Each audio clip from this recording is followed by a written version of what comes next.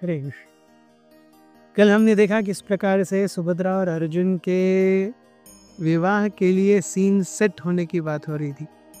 कैसे अर्जुन और सुभद्रा दोनों को पता चला कि दोनों एक दूसरे के प्रेम में पागल हैं और वो बलराम जी के घर पर मिलते रहे। सुभद्रा अर्जुन की सेवा करती रही।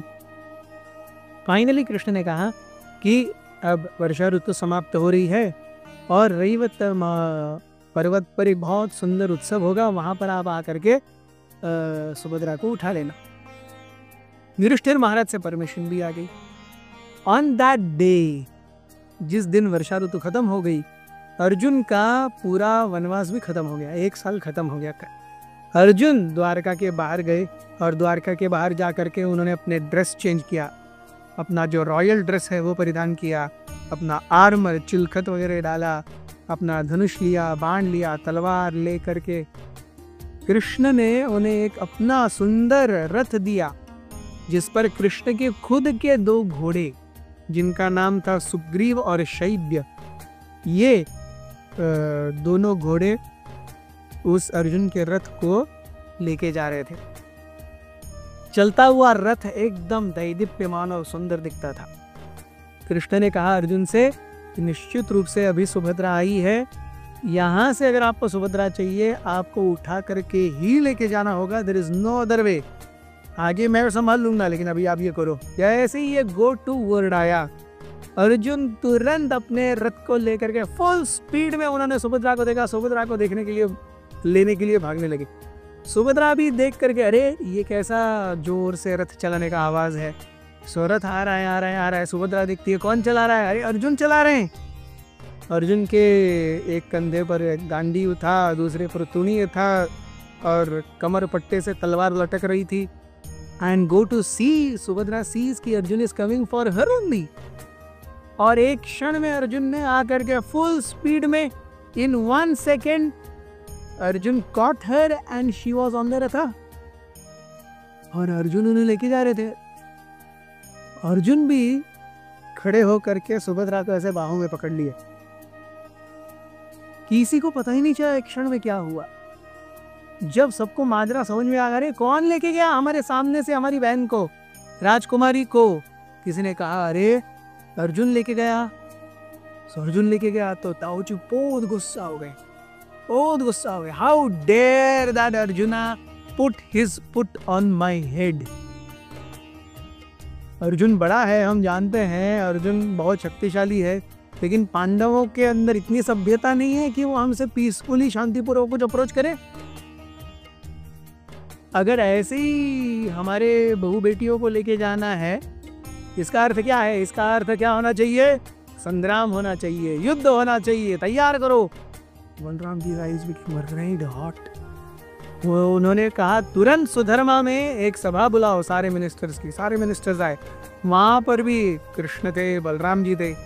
बलराम जी आग उगले जा रहे हैं, इस प्रकार से लोग तानाशाही करते हैं, उनको लेसन सिखाना ही होगा। अब हम जाएंगे, युद्ध करेंगे और तब हम बताएंगे पांडवों को कि वृष्णीय, अंधक और भोज इत्यादि सब ये क्या, किस लोहे के बने हुए हैं। ये सब चल रहा था। इसी बीच में सारे मंत्री भी यस यस, हम ये करेंगे, हम ये करेंगे, हम युद्ध के लिए तैयारी करेंगे। ये सब बात हो रही है। कृष्ण शांत कोने में बैठे हुए हैं।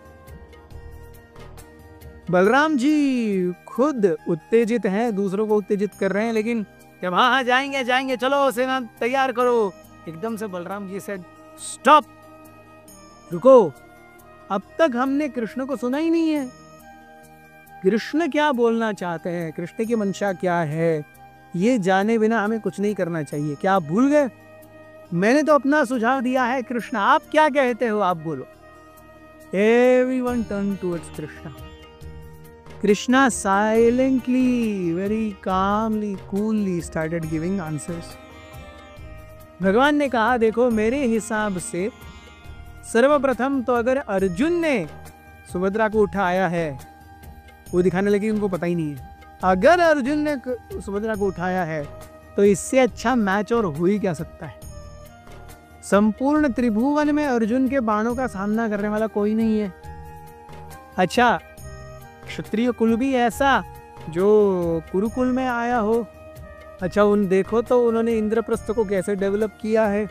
हस्तिनापुर उसके सामने कुछ नहीं रहा है। और प्लस अगर एक क्षत्रिय इसी स्त्री को पाना चाहता है तो ये एक वायबल मीन्स है।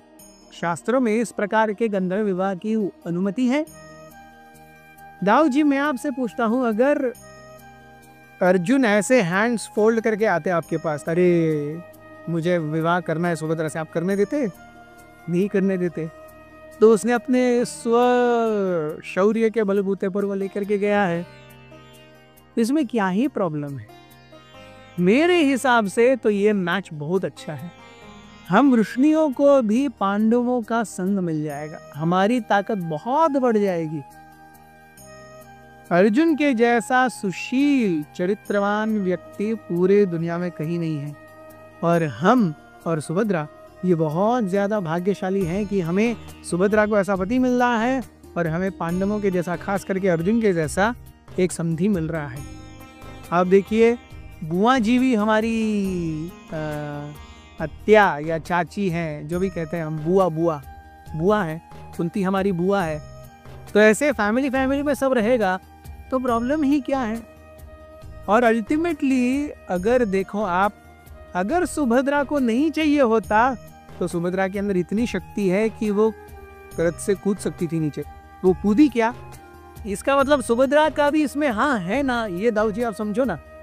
तो अगर सुभद्रा चाहती है, अगर अर्जुन अच्छा है, दुर्योधन और अर्जुन में क्या फर्क है? कोई फर्क नहीं है, एक ही कुल से हैं, ये भी राजा है वो भी राजा है। स्वभाव में ये कितना अच्छा है, स्वभाव में उन्होंने दुर्योधन का कंपैरिजन नहीं किया, देखा स्वभाव में कितना अच्छा है। सो धीरे धीरे इस प्रकार से उन्होंने पूरे जो सभा का जो माहौल है वो चेंज कर दिया।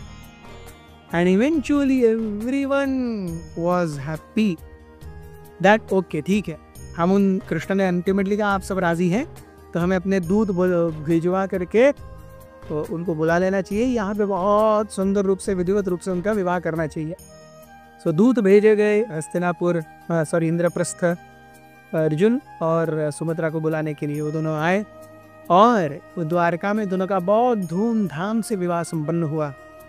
कुछ समय तक वहां रह करके फिर अर्जुन सुभद्रा को लेकर के इंद्रप्रस्थ आ गए।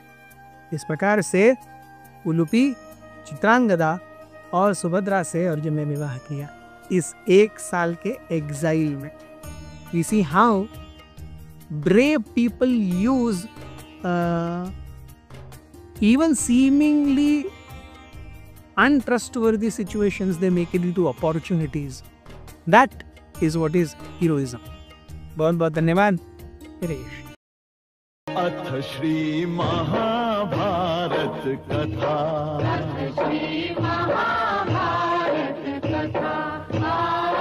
महाभारत कथा